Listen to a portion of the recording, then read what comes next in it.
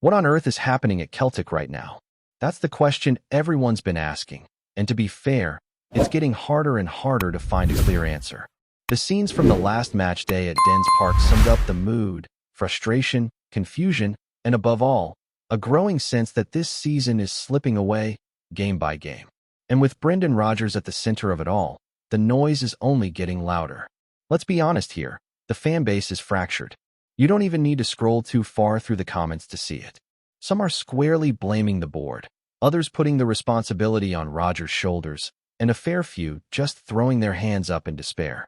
But the truth is, no one in this setup is escaping criticism. From the men in the boardroom to the manager on the sidelines and the players out on that pitch, every layer of Celtic Football Club is under the microscope. The performances have been dire. The transfer windows have been disastrous. And Rodgers? Well, he's not exactly inspiring confidence, is he? Take Sunday, for example. Fans showed up hoping, just hoping, for some kind of reaction. But what they got was more of the same. The same players, the same lack of urgency, and the same post-match platitudes that are beginning to wear thin. Callum McGregor comes out and says all the right things: stick together, work harder, prove people wrong. But we've heard that record too many times. It's not about working harder anymore. It's about doing something different. And Rodgers? His response to adversity has been to do nothing, to double down on what's already failing. Same formation, same faces, week in, week out. You look at that starting 11 and wonder, what is he watching in training that makes him think this is going to click? Because from the outside, it looks like he's clinging to something that clearly isn't working. And that Honda comment, where he essentially distanced himself from the quality of the squad, that was the moment a lot of fans realized he might have already mentally checked out. There's this growing feeling that Rodgers is now operating in self-preservation mode, publicly bemoaning the squad's quality, yet refusing to experiment with the lineup. It's baffling. Players who've been off the boil for months are still starting every week, while those sitting on the bench, hungry, motivated players who have everything to prove, are left to rot. Why? What's the worst that could happen at this point? Another flat performance? You'd think, logically, that if the team isn't performing and the same issues are popping up over and over, then the solution would be to shake things up. Not a full-on revolution, but some key changes. Give guys like Bernardo or Tinky a proper run. Look at Murray or even Sissalo in goal. Try something new, anything, to break the cycle of mediocrity. But no, Rodgers is sticking to his guns. And the more he does, the more it feels like he's gambling everything on players who, frankly, look like they've stopped caring. Supporters have had enough. And that apathy? It's real. There's no buzz on match days anymore. No excitement in the build-up. Just a kind of reluctant loyalty. Fans turning up or tuning in because it's what they've always done, not because they actually believe in what they're seeing. And the sad thing is, a lot of people saw this coming. Back in the summer, when we were screaming for reinforcements and watching as other clubs made big moves, there was this sinking feeling. 2 poor transfer windows in a row, and this is where it leads. Look at the midfield, for example. McGregor, Hatate, and Home, or Negrin, depending on the week. It's not clicking. And yet, there's this weird stubbornness from Rodgers, this unwillingness to even try something new. Everyone can see it. The midfield lacks legs.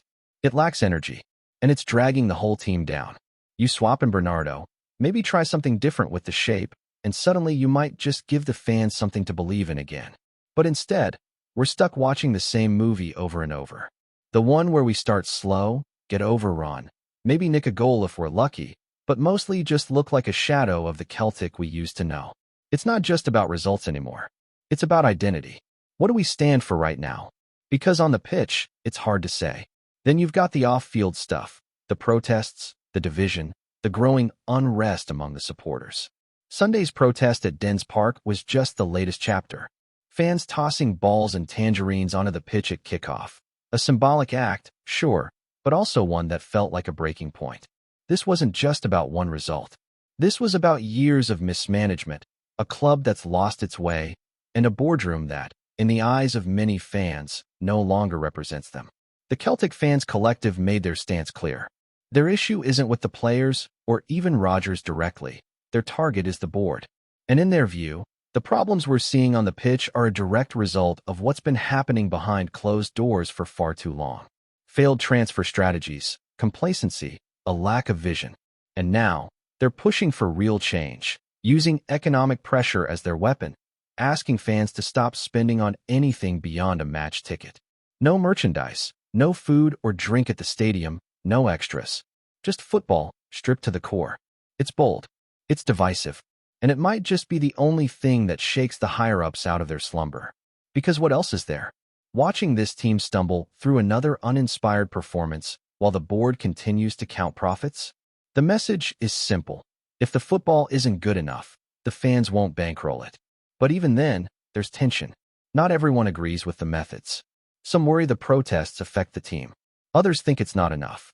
And somewhere in the middle, there's a group of fans who just want to see Celtic play like Celtic again. Fast, fearless, hungry. Right now, they're not getting any of that. And through all of this, Rodgers stands there, seemingly unmoved. This is a manager who once dropped Steven Gerrard at Anfield. A bold, shocking decision that showed his willingness to make tough calls. But where is that guy now? Because the Rodgers we're seeing at Celtic Park looks like a man paralyzed by caution. And if he won't take risks now, in a season that's already teetering, when will he?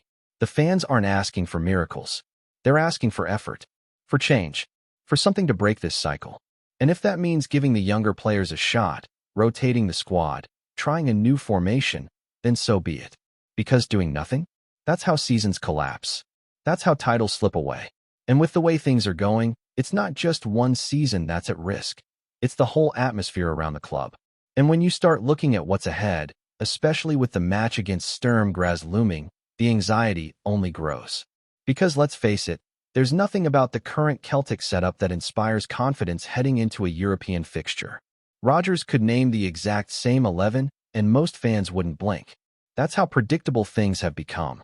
But predictable doesn't win you games on the European stage. Predictable gets you punished. And the idea of going out there on Thursday with the same tired game plan, the same jaded players, the same uninspired energy, well, it's hard not to feel like we're walking straight into another disappointment. There was a lot of talk about potential lineups floating around after the Dens Park debacle. Names like Donovan, Sarah, Ballant, Tenke, and Sissalo being mentioned as part of a new-look starting 11. Fresh legs, fresh hunger, players with something to prove. Now, nobody's saying this group is going to come in and immediately set the world alight. The backline would be inexperienced, the midfield might lack balance, and some of those players haven't even had a proper run yet. But at least there'd be a sense of change. At least it would feel like something was being tried. That's the frustrating part. Right now, it feels like we're just sitting in the middle of a slow-motion crash, and no one at the wheel is doing anything to change direction. This isn't just about dropping points. It's about the club's whole trajectory. And while Rodgers keeps leaning on the same underperformers, fans are left wondering why no one else is getting a chance. Why guys like Young or Ralston continue to start despite offering very little in recent weeks. Why players like Scales are still being trusted with key minutes when their form has clearly nosedived. You'd think that at a club like Celtic, there'd be a ruthless edge. That when players dip below a certain level, they're benched and others are given an opportunity. But instead, there's this strange loyalty to certain names, even when they're not delivering. And that loyalty is costing us. On the pitch, we look flat. In the stands, there's a lack of belief. And around the club, there's a growing sense of detachment. Fans don't recognize this team anymore. And worse, they don't feel like the people in charge care that they don't. The captain, Callum McGregor, is saying all the right things. But even his words are starting to feel hollow. That same post-match line. We need to stick together and work harder. How many times have we heard that now? It's like pressing play on a broken tape. And while nobody's expecting him to come out and blast his teammates or the manager, there comes a point where those words lose all meaning. This isn't about effort anymore. It's about decisions. Tactical decisions. Squad selections. Transfer planning. And Celtic are failing on every front. Then there's the bigger picture, the club's identity, the relationship with the fans, the long-term direction. And that brings us right back to the protests. The scene at kickoff on Sunday, tangerines and tennis balls raining down on the pitch, was a moment. Not one that everyone agreed with, but a moment nonetheless. A moment that made it clear just how fed up a large section of the support has become. And when you read the statement from the Celtic Fans Collective, you realize this wasn't just a stunt. This was a calculated act, aimed directly at the board. Their message was unmissable. This board is no longer fit to lead the club. They're pointing to years of poor recruitment, lack of strategy, and a growing disconnect between the decision-makers and the people who actually fill the stands. And what they're asking for now is accountability. Not just slogans or half-hearted PR, real, structural change. They're demanding a proper vision for the future, and if they don't get it, they're ready to withhold their money and their support. You don't need every fan to take part in a protest for it to be effective. Even a fraction reducing their spending can make a difference. The Not Another Penny campaign might seem symbolic, but financially it's not. Celtic rely on merchandise, on matchday spend, on those extras. And if enough supporters decide they're done funding this directionless version of the club, the pressure will grow. Maybe not overnight, but eventually, those at the top will feel it. Still, protests are always messy. Some fans see them as a distraction. Others worry about the timing. And there's a debate over whether these demonstrations actually help or just add more chaos to a fragile situation. But what's clear is this: people are no longer willing to stay silent. For too long, frustrations were brushed aside with promises of better windows, better football, better leadership. Those promises have come and gone. Now, action is being taken. What's also interesting is how carefully the collective is trying to walk the line. They've made it clear they don't want to hurt the team. Future protest plans are being crafted to avoid impacting the players during matches, whether it's pre-kickoff visuals, symbolic actions in the 12th minute, or peaceful demonstrations around the AGM. They're trying to be smart about it. Because deep down, everyone still wants the same thing: a Celtic side that reflects the pride and passion of the supporters. The AGM is going to be massive. Formal resolutions are already in motion, one demanding a long-term strategic plan, the other calling for resignations at the top. It's rare to see this level of mobilization around a boardroom shake-up, but that's where we are. The fan base has reached a breaking point, and unless those in charge start showing signs of change, the pressure is only going to mount. And here's the thing: this isn't just about anger. It's about heartbreak. The Celtic support isn't just frustrated. They're hurting. They're watching their club drift, watching players give limp performances, watching a manager show none of the bravery or innovation that once defined him, watching a board that seems more focused on protecting its own image than actually fixing the problems. And the worst part? No one really believes anything will change unless drastic measures are taken.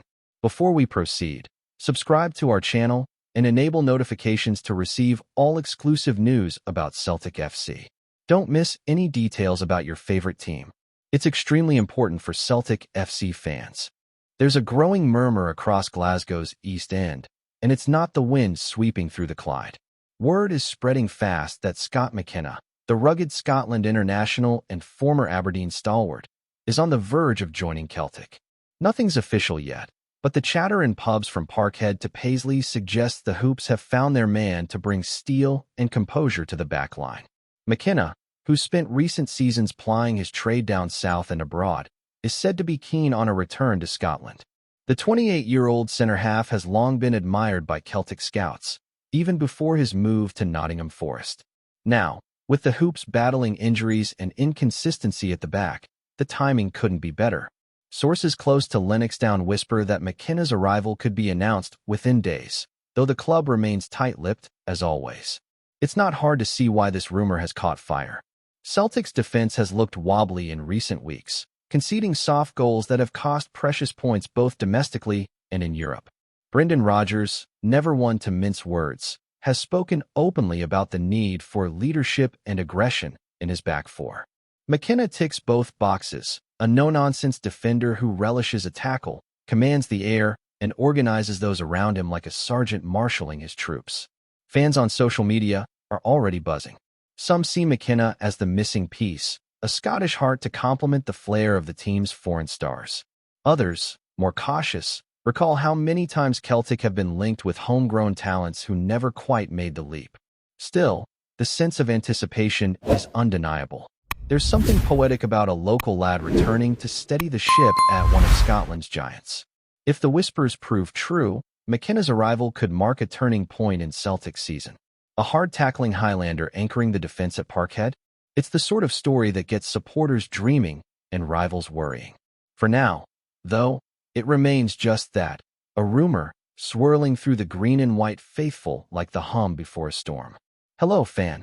Don't forget to like and subscribe to the channel, as it means a lot to Celtic FC. Also, share your opinion about the news in the comments below. See you in the next video.